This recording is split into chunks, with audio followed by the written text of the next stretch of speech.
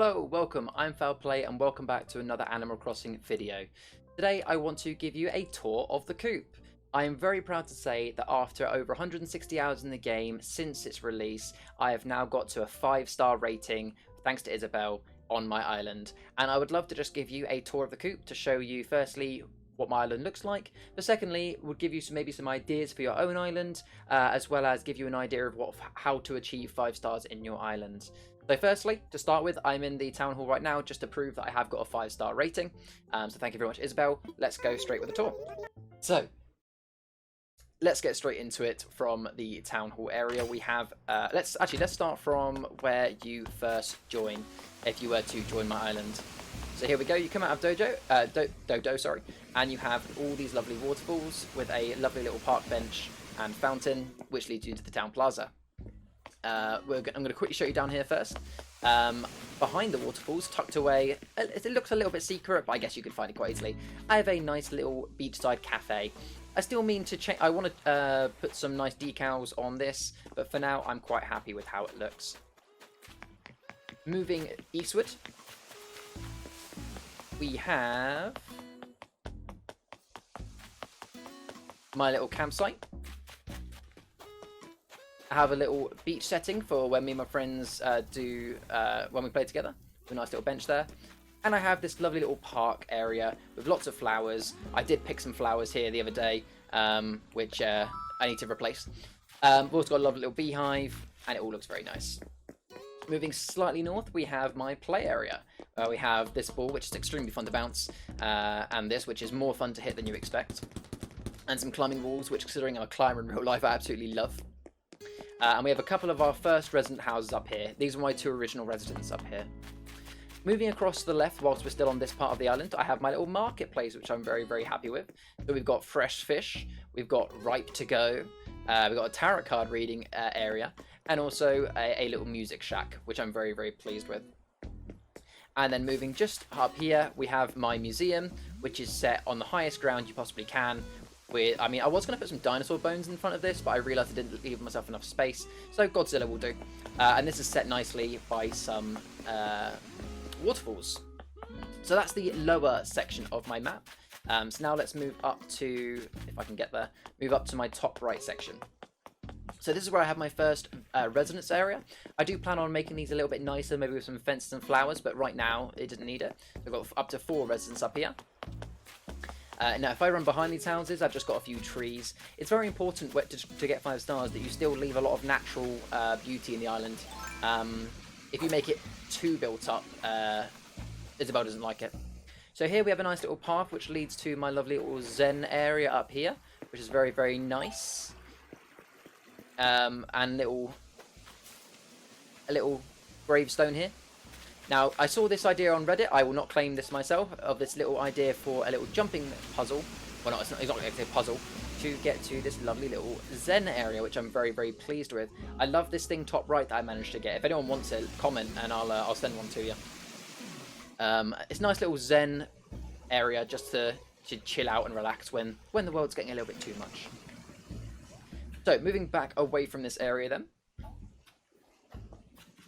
If I use my ladder to get up here, you can get up here without using a ladder, but this is quicker if you go with a ladder. I'm gonna hop across this if I can. Thank you very much. So we've got another little waterfall here with some stepping stones, which just looks nice. And then moving down here to the very top back of my island, I have a little maze. Now I'm going to run through this nice and quickly. I know the way, but I've had a few friends run on it, and it does stop people in their tracks, if they don't know. This maze does lead to my top beach, where I've just got simply a nice little telescope, which is nice for looking at the stars. And then I'm yet to actually put anything here, but another way also leads to this nice little backwards waterfall as well. It's a little bit hard to see, but you can hear it. It is there. It's a double waterfall. If I now get myself out of this maze, the maze leads to the other side of the map, which is my house. I may as well show you the outside of my house whilst I'm here. I won't be showing the inside of my house on this video because that's not part of the 5-star rating. But here to the left of my house, I've got my little garden. I've got this lovely little bench, which means I can look at the stars, and you can stargaze from here. I've also got my swimming pool, jacuzzi, and a nice little bench, nice little table with a book. Got my little doghouse and all my utilities here, crafting table, and my mailbox. So, moving on to just in front of my house, I've got a lovely little rare flower garden. I've almost finished getting all the rare flowers. I need to rearrange these ones a little bit because I didn't realise just how many. I'm just going to catch that. I didn't realise just how many rare roses there were. So I'm going to have a little change around of this. But you can see that I have got the majority of rare flowers. I still need a few more of the wind flowers. And there's still a couple I'm missing. And this is the flower you get, by the way. Let me just see if I can remember its name. I think it's Lily of the Valley or something like that. So when you do achieve... Actually, let's quickly first look. Yeah, Lily of the Valley. Let's find that again. So when you get your 5-star rating for the first time, this flower will spawn somewhere on your island. As far as I'm aware, you can only have one. I've been 5 stars now for about 4 days. And I haven't seen any more popular on my island. I've also watered this every day, and it hasn't spawned another one. So as far as I'm aware, that's it. You only get the one. So feel free to put it wherever you want to highlight it. So moving to just below my flower garden, I've got this little teddy bear picnic, which I've still yet to get. I think it's the daddy panda or papa panda, but that is just thrown in there. Now I'm going to come down here. Now I'm not sure how safe this is for YouTube, but just for a bit of fun, we've got a bit of a satanic ritual going on here. This isn't finished yet either. I do plan on having some more candles, and I want to put some stuff up on these ledges. But so far, that is what I've got. Please no one hate me for that. I love this little black brick design that I made as well. I think that looks pretty cool. Looks very, very dark. Moving on to the South Beach, I've got my pier here. From the fishing tourney, I got these nice little items. So I've got my nice little fishing area. It's a shame you can't actually fish from this chair, but I think it looks quite nice. Interesting fact, you can change clothes from this cooler. So I actually have a couple of these around my village so that I can actually change my clothes wherever I want to without having to run home. Without using a wand, obviously. Moving just to the right, I have my little football pitch. I designed this using a design to make lines on the ground. And then obviously the football goals were purchased with Nook Mile tickets. And I got these nice little football shirts to show the teams either side. This is my tree farm in between Satan's ritual and the football field. There's no fruit on them right now. I harvest them today, but all of them are there. And this is my third villagers section, which has the other 4 residents.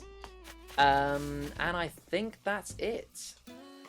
So having a look at it all together, here is what my map looks like, just for anyone that wants to take reference.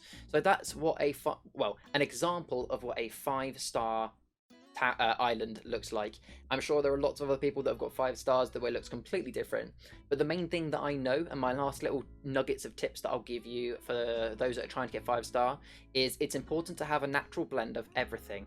So you need to have lots of decorations on your village, but you need to have decorations that are crafted, that are purchased through Nook Mile tickets, that are purchased through Nook's Cranny, and I believe it also makes a difference if it's items that have been gifted or purchased from another person's island. So you need to have a nice blend of where you've got all those items from. On top of that, you need to have lots of fencing, preferably different types of fencing, and lots of flowers everywhere. Now, you don't want to have it all bunched up in one place. I know I have quite a busy town centre, but you should have little vistas, nice little areas scattered all over your map. If you don't, Isabel will tell you that your island is bigger than you think and that you need to spread out a little bit more.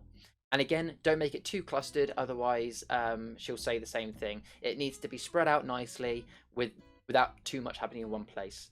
Don't forget that if you're ever stuck of how to gain that last star, always talk to Isabel. Although it does seem a little bit cryptic, she will always tell you what you are missing. Anyway, I hope that's been useful to you guys, and I hope you've enjoyed my little tour of the coop. I'm sure it will change over time, and as it does, I might do another video. But as it stands right now, I'm very happy with my island, and that's how it's going to stay for a while. Hope you all have a fantastic day. Like and subscribe if you enjoyed the video, and see you in the next one.